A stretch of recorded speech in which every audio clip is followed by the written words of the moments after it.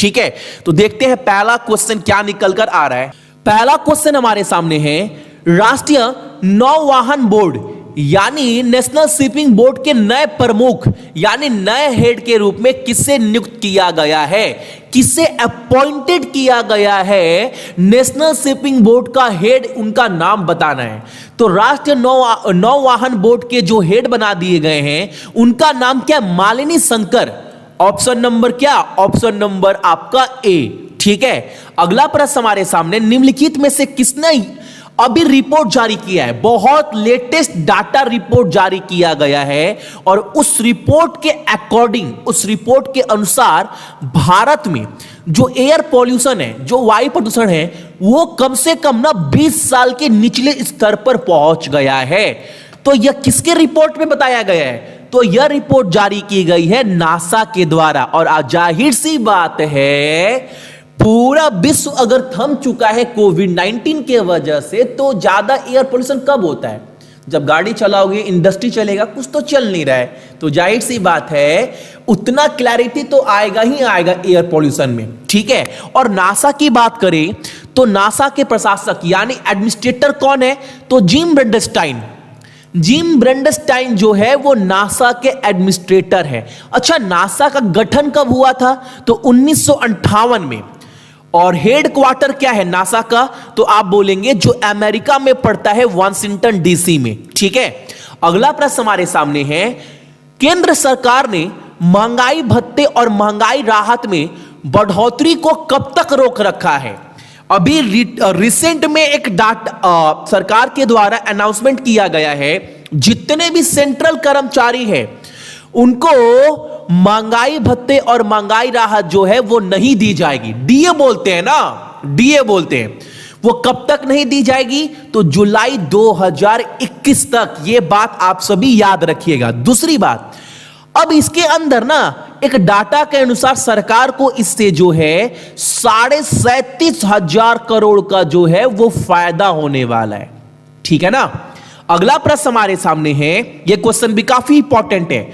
23 अप्रैल 2020 को किस राज्य ने खोकजम दिवस जो है वो मनाया है, तो यह मनाया गया है मणिपुर के द्वारा। Option number B.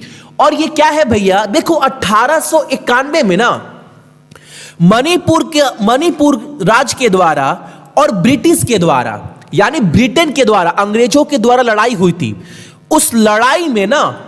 उस लड़ाई में हालांकि मणिपुर हार गया था, ब्रिटिश जीत गया था, लेकिन उसमें जितने भी योद्धा लड़े थे मणिपुर के द्वारा, उनको श्रद्धांजलि देने के लिए, या बोल सकते हो ट्रिब्यूट देने के लिए जो है वो आपका यह दिवस मनाया जाता है, याद रखिएगा। और मणिपुर के सीएम कौन है, एन बीरेन सिंह। कैपिटल इंफाल। और राज्यपाल कौन है, नजमा हेपतुल्ला जो है वो राज्यपाल है मणिपुर की। अगला प्रश्न हमारे सामने है, बहुत इंपॉर्टेंट क्वेश्चन है, राष्ट्रीय पंचायत राज दिवस कब मनाया जाता है। नेशनल पंचायती राज दिवस हम लोग कब मनाते हैं, तो यह मनाया जाता है आपको 24 अप्रैल को। डेट तो याद रखना ही रखना। दो चीज मेरा और याद रखिएगा आप सभी। पहला, यह पहली बार संशोधन कब किया गया था, यह बिल कब लाया गया था, तो 73वां अमेंडमेंट एक्ट 1992 के तहत। एग्जाम में ना जाने कितनी बार आप सभी से पूछा गया है यह चीज, तो डेट याद रखिएगा ना, 73वां अमेंडमेंट एक्ट 1992।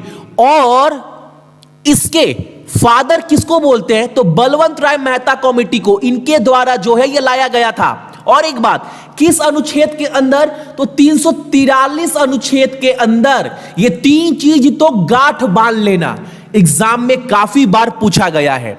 अगला प्रश्न हमारे सामने है, कहां के प्रोफेसर ने, यानी कहां के प्रोफेसर ने, किस विश्वविद्यालय के प्रोफेसर ने एक सॉफ्टवेयर जो है वो विकसित किया है, जिसके द्वारा एक्सरे के माध्यम से 5 सेकंड के अंदर जो है वो कोविड-19 का पता लगाया जा सकेगा।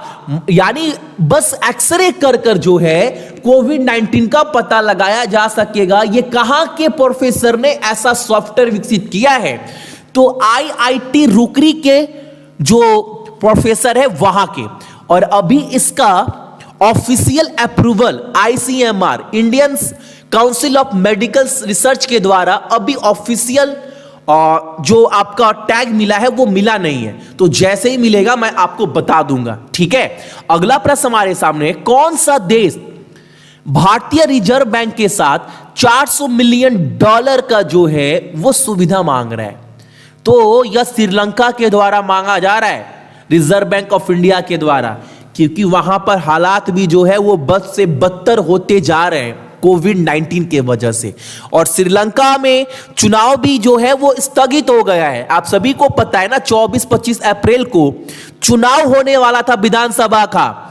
तो प्रधानमंत्री का नाम तो छोड़ दो, अभी याद रखिएगा वहां के राष्ट्रपति का नाम क्या है, गोटाबाया राजापक्से, ठीक है। अगर मैं बात करूं राजधानी क्या है, तो श्री जयवर्धने पूरे कोटे, ठीक है। और मुद्रा तो श्रीलंकन रूपी, ये मुद्रा इस्तेमाल करते हैं हम लोग श्रीलंका में, हम लोग नहीं वहां के लोग, ठीक है। अगला प्रश्न हमारे सामने है, प्रधानमंत्री ने 24 अप्रैल को निम्नलिखित योजनाओं में से कौन सा लॉन्च किया है? आप सभी को पता है ना, कल के दिन हमारे देश के प्रधानमंत्री ने देश भर के कुछ पंचायत के जो हेड है उनसे जो है वो वीडियो कॉन्फ्रेंस के माध्यम से बातचीत की थी।